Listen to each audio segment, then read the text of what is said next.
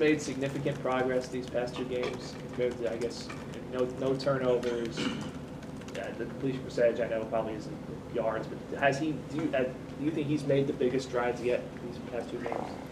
I think he's playing pretty well. I think he's seeing things much better these last couple of weeks. Some things he get an opportunity to get to.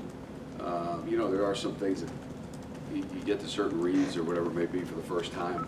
A lot of times with some of this stuff, like you get into practice and think, okay, the ball's going here, or it's going here, and all of a sudden the game it's different. So everything's kind of new, but I do think, I mean, the guy's obviously battled his way through a difficult year every week and taken a lot of stuff for it one way or the other.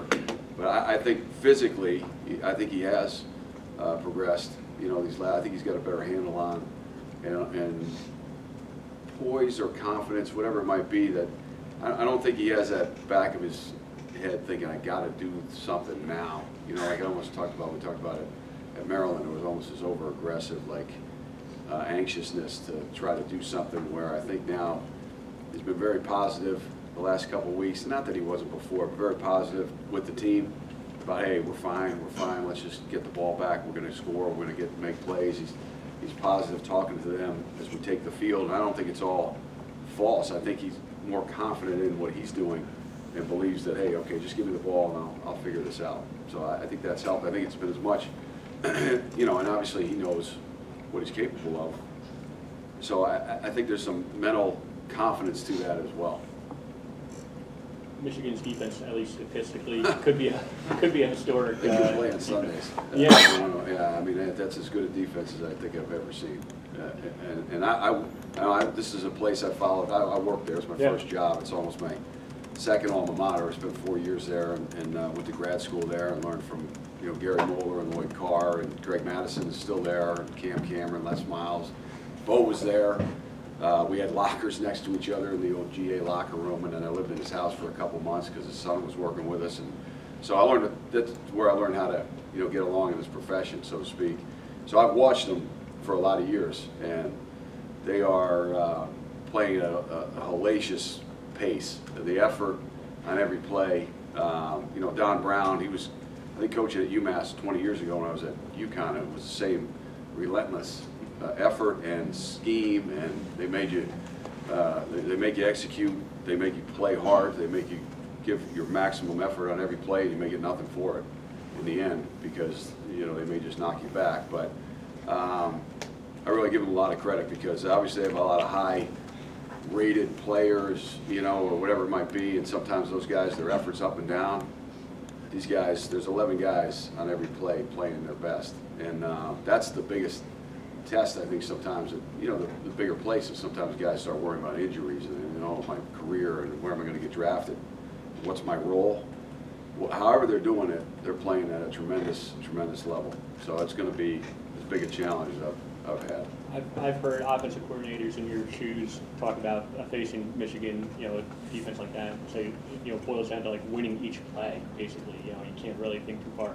Is that really what it basically boils down to when you're an underdog, like your team, seems to be? Yeah, I think you have to really streamline realistically. What do you think you're getting here? You put up a scheme and go, okay, this should work, and then go, okay, well, who's blocking 15, and who's 3, and who's 10, and who, when you go through that, we're just doing it now. You got to really look hard at. You can't just line up and run your plays and think, oh yeah, here's their front, we'll just run this. They put a tremendous stress on all 11 of your guys on every play, and you can see what happens when you just make the casual mistake. The kid from Penn State goes in the game, he's rolling out, he thinks, and the ball goes the other way for 7 points. Like that whole game was basically over. Not that, I don't know if it wasn't, but it was 21 in their midfield, maybe they score. If you aren't at your highest level of intensity, or you're not giving the players something realistically has a chance to succeed, they're probably going to make it a bad ending for you on any play. I'll ask you about number 3. Is he the main focal point? And how as good as Stevens has been, they've been without him for most of the season. Yeah, right. What do you do with a guy like Rashawn Gary? Well, There's more than, I mean, there's a number of guys like that on that team, but obviously he's a tremendous force because for a guy that size to move like that and play that hard, and technique is at a high level, and assignments, the guys who bust things, doesn't go off and do his own thing and try to do something above and beyond. He's always solid in that. So, I mean, obviously, we have to be very wary of how we protect the quarterback, you know, and not, you know, he's taken a number of hits already this year, but I don't know if, you know, he hasn't taken them from guys that look like these guys. So, the whole plan has to be around those type of guys. And again, 15 is another guy that I think he just plays at a tremendous level, intensity every snap. So everything is kind of starts there because they're right there, then they're coming, you know, on the quarterback, and you want to just tell your tackles, hey, give it a shot. I mean, that's not fair to them, it's not fair to whoever's, you know, they're protecting and blocking for. So, you know, they have to be accounted for in every play. But they're not the only guys, but I think they're the guys that have caused the most havoc, you know, through the season, and they're the guys you have to be concerned about most on any play. Do you take anything from the Ohio State game in the sense that it seemed like, as a neutral observer, you guys got out there and maybe like the first series was like, you can't do some of these things, or the speed kind of caught you off guard? Is this a similar situation where you learn from that? This is the next kind of elite defense you see. Yeah, for me, yeah.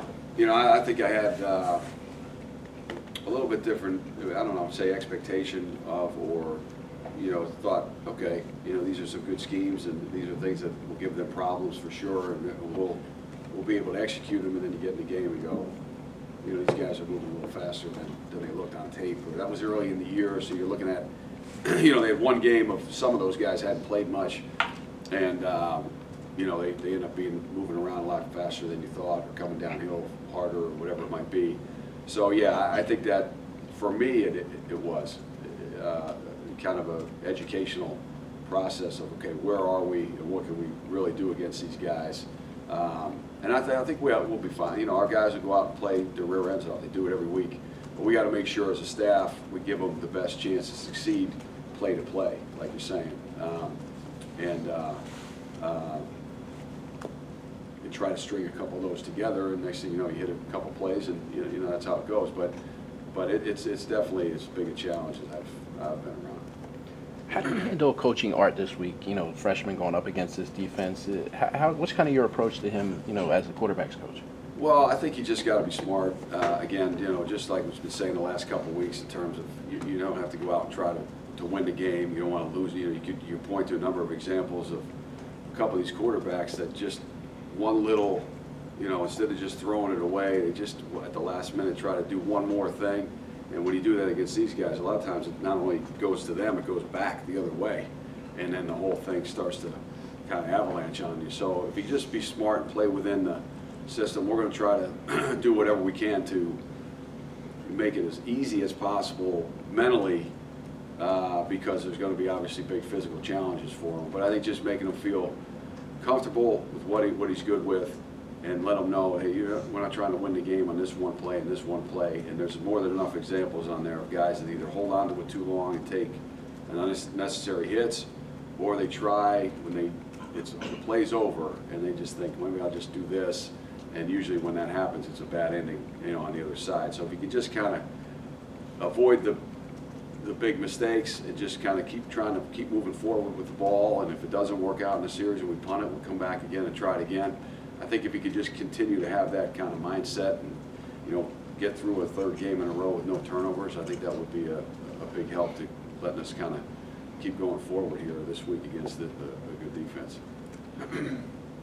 Any other questions?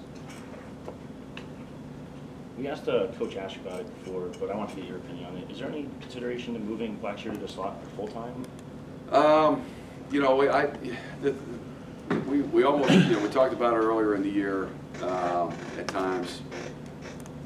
I don't know if that's totally I don't think we want to completely take him out of the running back realm, because he's good at it, and I know Isaiah's come along and John's been really helping good for us, but to take him completely out of that room, I don't know if that was, at least early on, I don't think we felt like that was the way to go. And now we've gotten into late in the season. Now you almost say, well, you got 3 days of practice. How much are you going to work on X amount of routes? So I kind of like how it is now. You know, there have been a number of games where we use them there. Sometimes the ball just didn't get there, whether it's a protection thing or they played a different coverage or whatever it was. And he didn't, you know, have the production that he did the other day. Certainly not really for anything he did, good or bad. It just didn't happen. So I don't, with three games to go, to move him there full time, probably not. And I don't know that that would be something you want to do. But I think there's a lot more we can do with him now that we kind of see, you know, Isaiah coming on, and you know, obviously we knew what we had in John, but that could allow us a little more flexibility to move him around a little more. Anything else, guys? Thanks, John. All right, thanks, John. guys. Thanks, man. Appreciate it.